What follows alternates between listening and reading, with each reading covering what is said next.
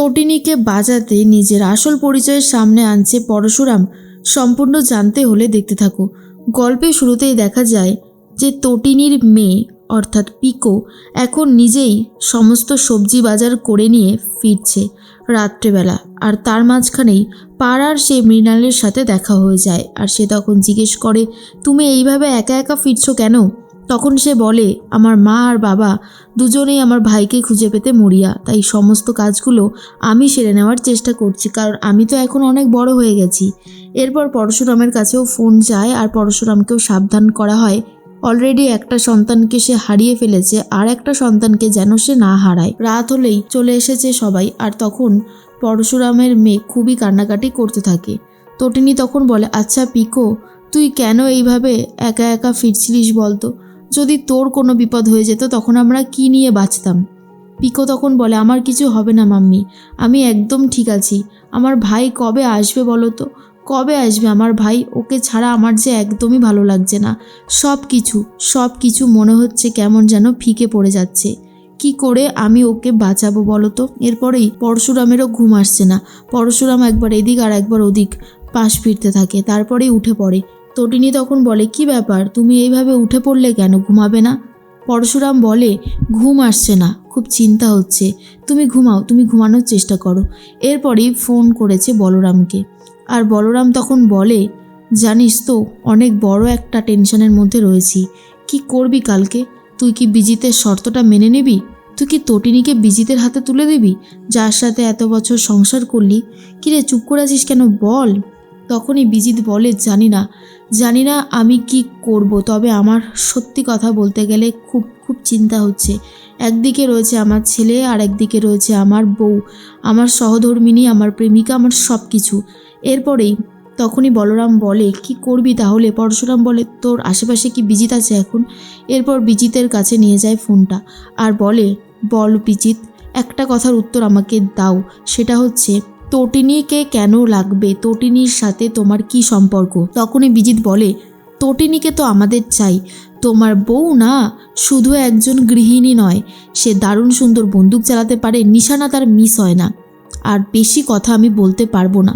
Call recording করছো না? কিচ্ছু লাভ হবে না কল রেকর্ডিং করে, কারণ আমি তো আমার মুখ খুলবো না, কোনোভাবেই আমি আমার মুখ খুলবো না। আর শোনো, একটা কথা জেনে রাখো, তোমার ছেলেকে ফিরে পেতে হলে তটিনীকে আমাদের কাছে পাঠানোটা তোমার কাছে সবথেকে বড় টাস্ক, আর সেটা তোমাকে করতে হবে। এর মধ্যেই ফোনটা কেটে দেয়।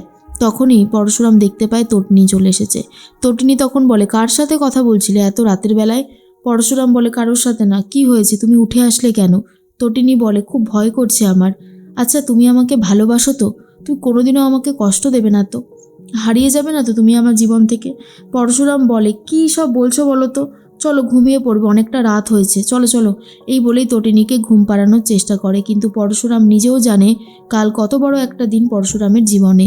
এর মাঝখানে সকাল হয়ে গেছে। বিজিতের শর্ত অনুযায়ী বিজিতকে পাঠানো হবে এয়ারপোর্টে, আর তারপর সেখান থেকে বিজিত দেশ ছাড়বে।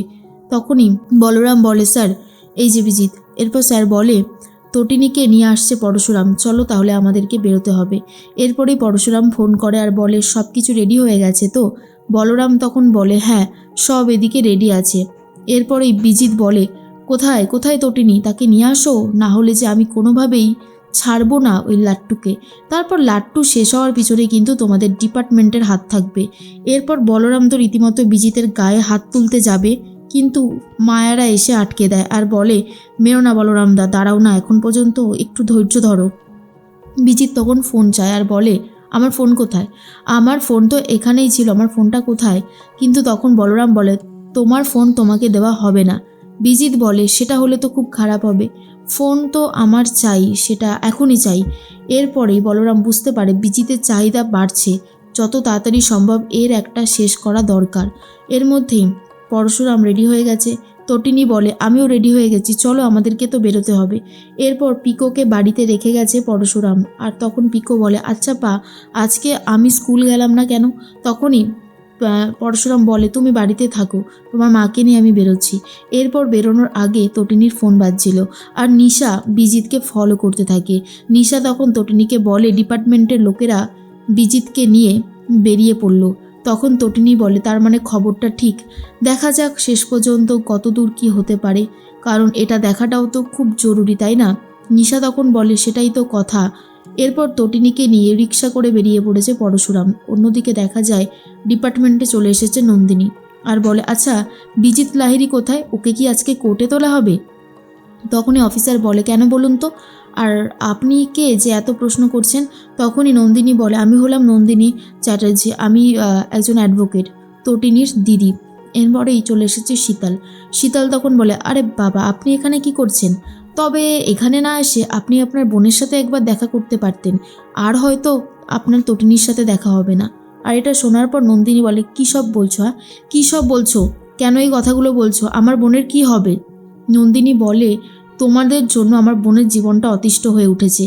শীতল বলে, অনেক কিছুই হবে। বিজিত লাহিড়ী তোমার বোন তটিনীকে তুলে নিয়েছে, ওকে দূরে কোথাও নিয়ে গিয়ে মেরে দেবে, আর তোমরা কিচ্ছু করে উঠতে পারবে না। মাঝখানে লাট্টুকে অবশ্য তোমরা ফেরত পেয়ে যাবে। এসব শোনার পর নন্দিনী রীতিমতো ভয় পেয়ে যায় আর বলে, কিচ্ছু হবে না তটিনীর, তোমরা কিছু করে উঠতে পারবে না, সেটুকু বিশ্বাস আমার আছে। পরশুরাম ঠিক বিজিত লাহিড়ীকে উচিত শাস্তি দেবে। এর মধ্যেই পরশুরামকে তটিনী বলে, আচ্ছা রিক্সাটা এত আস্তে আস্তে যাচ্ছে কেন গো?